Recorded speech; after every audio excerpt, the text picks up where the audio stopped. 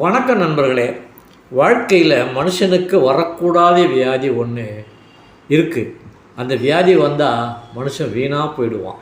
உயிர்கொல்லி மருந்து நோய்களை விட மோசமானது அந்த வியாதி. அது என்னங்கிறத தலைப்பை பார்த்து நீங்களே புரிஞ்சிட்ருப்பீங்க. பிடித்த படிப்பு படிக்க முடியலை, பிடித்த வேலை கிடைக்கல, பொருளாதார தேவையும் நிறையலை, பிடித்த மாதிரி வாழ்க்கை அமையலை, யாரிடமும் சொல்ல தோணலை, நிம்மதியாக தூங்க முடியலை, யாரிடமும் பேச பிடிக்கலை, அப்படி இப்படின்னு புலம்பி தனக்குள்ளே புழுங்கும்போது வாழ்க்கை மீது ஒரு தீராத கோபம் வரும். அதன் காரணமாக மனதில் விரக்தி ஏற்படும். விரக்தி என்பது மனம் சார்ந்த ஒன்று. யாராச்சும் வாழ்க்கை எப்படி போயிட்டுருக்குன்னு கேட்டால் டோட்டல் வேஸ்ட், ஏதோ பிறந்துட்டேன் எப்படியோ வாழ்ந்துட்டுருக்கேன் என்ற பதிலோடு தான் இங்கே நிறைய பேர் வாழ்ந்துட்டுருக்காங்க. வாழ்க்கையில் எதுக்கும் ஆசைப்படாமல் ஓடிக்கொண்டே இருந்தால் வாழ்க்கை சந்தோஷமாக இருக்கும்னு சொல்லுவாங்க.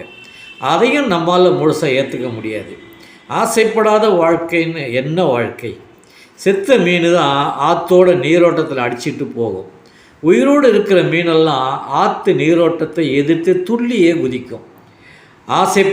ஆசைப்பட்ட நேரத்தில் கிடைத்தால் மட்டுமே நாம் அந்த மகிழ்ச்சியை முழுமையாக கொண்டாட முடியும். சில நேரம் ஆசைப்பட்டது கிடைக்காமல் போகலாம். அப்போதெல்லாம் வெறுப்பு தான் உண்டாகும்.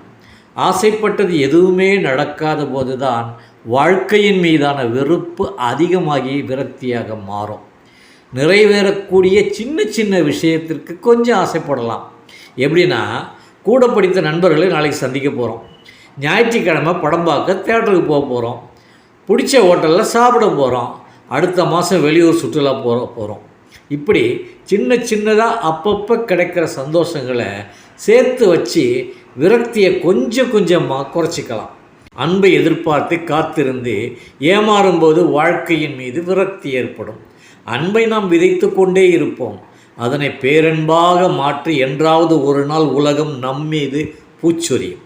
கிடைக்காதவைகளை எண்ணி ஏங்கி கிடக்காமல் கிடைப்பதை மனப்பூர்வமாக ஏற்று அதனோடு தன்னை இணைத்து கொண்டு மகிழ்ச்சியை வருவித்து கொள்ளும்போது விரக்தி விடைபெற்று ஓடிவிடும். இங்கு யாருக்கும் வாழ்க்கை அவ்வளவு எளிதாக மகிழ்ச்சியை வழங்கி விடுவதில்லை. எதிர்பார்ப்பு பொய்க்கும் போது ஏமாற்றம் மனதை ஆட்கொள்ளும். அதன் பலனாக விரக்தி கிடைக்கும் என்பதுதான் நிதர்சனம். எதிர்பார்ப்பை குறைத்து கொண்டு மனதை பண்படுத்தும் வித்தை கற்றவரால் மட்டுமே விரக்தியா அப்படின்னா என்ன என்று கேட்க முடியும். மீண்டும் சந்திப்போம். நன்றி, வணக்கம்.